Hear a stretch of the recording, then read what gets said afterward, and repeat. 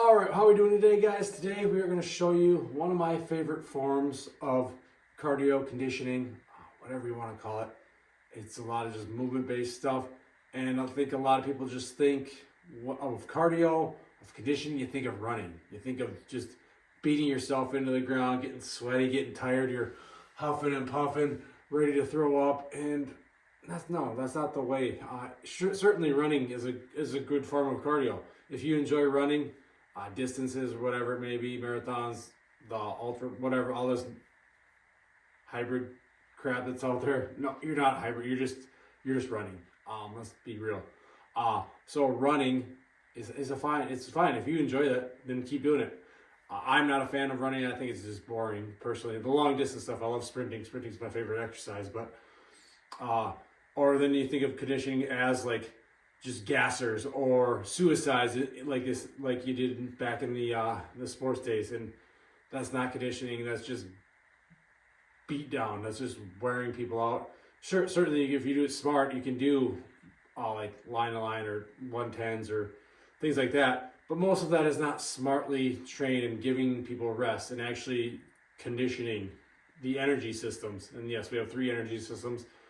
We're not going to dive into those today, but you can train those energy systems. And conditioning, honestly, the best form of conditioning is just playing a sport, playing a game, because you don't really realize you're actually conditioning your body that way.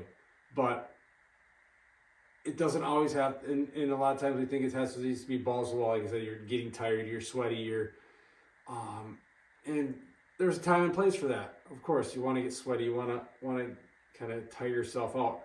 But balls to the wall all the time is not the best way to do it, because that just leads to fatigue, not just physical but mental and like neurological fatigue too. And you're just beat, and then you don't train. You wear yourself out. You're more likely to get injured, things like that. Get sick, all that stuff. So you need a combination of lower intensity stuff, and then sprinkle in that high intensity stuff as well. So it all fits into a good plan. And being Athletic for Life, that everlasting athletic profile or program we're working on to build a lean, jacked, athletic body that looks good, feels good, is not full of fat, but a body that can move well, that can jump, that can sprint, that can do everything, all these athletic movements, so you can compete and do all the things in life you want to be capable of, playing with the kids, climbing up the stairs, getting off the toilet, just walking on the beach with taking your shirt off, those types of things. And you should be doing some form of cardio. Again, great ones, especially low intensity walking is probably the best thing you can do, and it doesn't take a lot of effort, doesn't take a lot of skill level to walk. I mean, if you can walk, you can walk. But again, that's a great form of low intensity. People say it's not exercise. It's exercise. Movement is exercise. Yes, is it intense? No, it doesn't have to be intense. But again, it's not meant to be. It's walking. But again, running is cardio. But again, a lot of people take that too far and they just run. Again, if you enjoy that, do it. But that's not the. You're not going to be runners. Are not athletic for life. A lot of runners are beat down. They're not in good shape. They don't look like they train. A lot of it. Just look at a lot of these ultra marathoners. Whereas if you look at someone who's training athletically, they usually look pretty good and feel and move pretty well. So that's why we do this type of stuff. And one of my favorite forms of cardio conditioning, lower intensity, is not running. It's not getting on a machine and biking, or an aerodyne bike or whatever. Ski, what are the ski thing? I don't know what they're called, or a rowing machine. If you like that stuff, do it. It's fine. But here's one of my favorite ways, and you might like it too, and that is just a crawl-based, a movement-based kind of circuit. And there's a million ways you could do it. You could do it for time. You could do it from distances. You could do different intervals, that type of thing. I'm just going to set a timer, about 20 minutes of work today, taking rest as needed. If you have a heart rate monitor, that's great. Usually when I do this, I don't have my heart rate monitor died. I've went through a few of them, those Polar ones. I don't know, they just don't last super long. A couple of years it seems like, and then they just die. But I'm not going to use it because I don't have one today. I do have the Oura Ring, but it's not great for heart rate, just because it's not strapped to the heart. But again, a simple, effective way for cardio conditioning, low intensity. I mean, you can make these higher intensity too. And for you, for some people, if you haven't done it before, this could be high intensity. Your heart rate is going to skyrocket. It might not look like a lot, but do it for a little bit and you'll be kind of out of breath. So I might be out of breath today because my nose is still clogged. It's been better, but still kind of emptying out that cold that I had.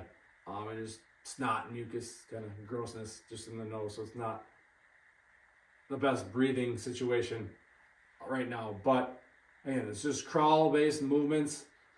So animal-based movements, so crawling. We got like duck walks. We're just going to sprinkle in a bunch of different movements and just go for about 20 minutes, resting here and there as needed.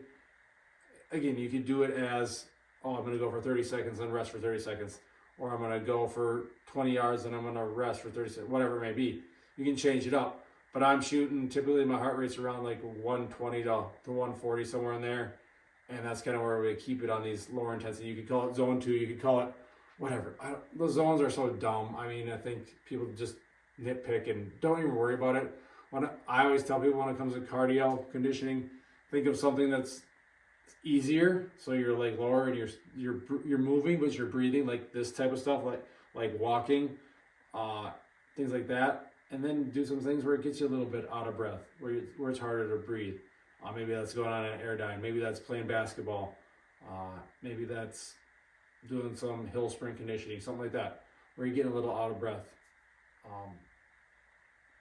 Change of the time, shorter duration, longer duration, all these aspects. But again, if you're just worrying about, I got to be in this perfect heart rate zone, you're just nitpicking. And I think that's a lot of people just waste too much time with that. So if you're active, you're moving, doing something that is moving that's a little bit, you're not as tired, you're just moving to move. There you go. And then you can do something that's a little bit more intense, where you're getting a little bit out of breath, you're getting a little sweaty, that type of thing.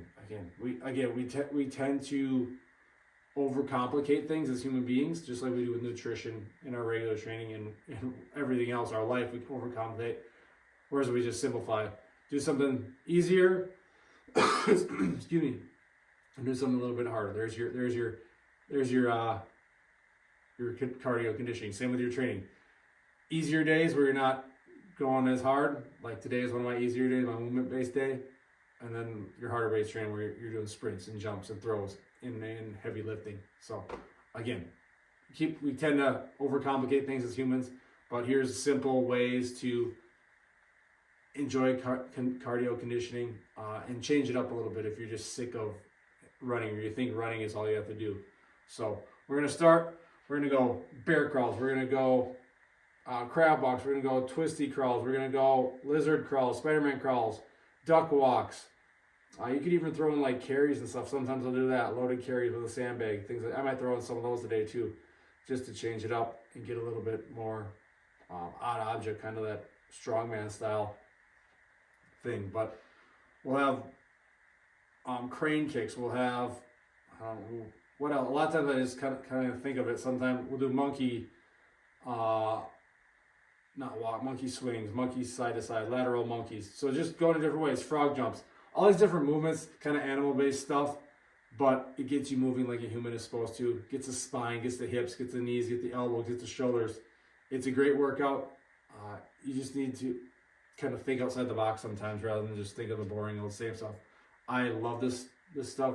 I do it a couple times a week, and I crawl and stuff almost every day just to get interactive with the ground. And as we get older, we don't interact with the ground enough. And again, as you're old, it's not outside. So I'm going to go shovel out there. So, if I slip and fall, it's helping that, interacting with the ground, being able to get up off the ground. And just another useful tool. The body's going to feel better. You're going to move better. I've noticed a ton of much better movement in my body. I still am not the best. Still kind of that stiff spine, but that's something we're working on. That's why we do this stuff. It's going to give you cardio conditioning as well, get that heart rate feeling good, that heart work and the heart pumping a little bit, but it's also going to help you move fluidly. Whereas if you're just doing isolated mobility drills, those can be great, but these are syncing your body all together. So you're helping your body learn to move. So let's get going with this. We're gonna start with just regular forward, backward bear crawls and then go from there.